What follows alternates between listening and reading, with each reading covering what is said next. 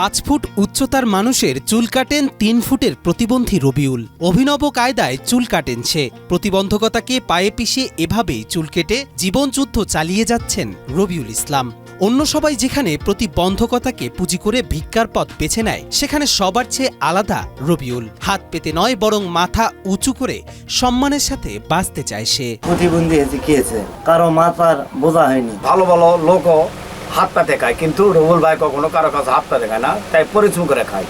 জয়পুরহাটের কালাই উপজেলার জিন্দাপুর ইউনিয়নের মহিরুম গ্রামের শারীরিক প্রতিবন্ধী রবিউল ইসলাম। দীর্ঘদিন ধরে চুলদাড়ি কাটার কাজ করে জীবিকা নির্বাহ করছেন রবিউল। নিজ উদ্যোগে রাস্তার পাশে একটি টিনের দোকানে গড়ে তুলেছেন ছোট্ট একটি সেলুন। রবিউল যখন জন্মগ্রহণ করলো তখন ভাই একদম বিকলাঙ্গ। এক পর্যায়ে বড় হয়ে গেল, তখন এই রবিউল কি করে খাবে? তার সংসার তো প্রচুর অভাব। তখন উনি চিন্তা করলো যে আমি কি করে খাই। কিন্তু এই রবিউল ছিল গ্রামবাসীর কাছে খুবই একটা আপদ মনে করতো। গ্রামবাসী ওনাকে অবহেলা করতো। এই অবহেলা করার কারণে রবিউলের মনে একটা ক্ষোভ জাগে যে গ্রামবাসীর কাছে, আত্মীয় ওয়ারিসের কাছে আমি একটা অবহেলিত পাত্র, এইভাবে থাকবো না।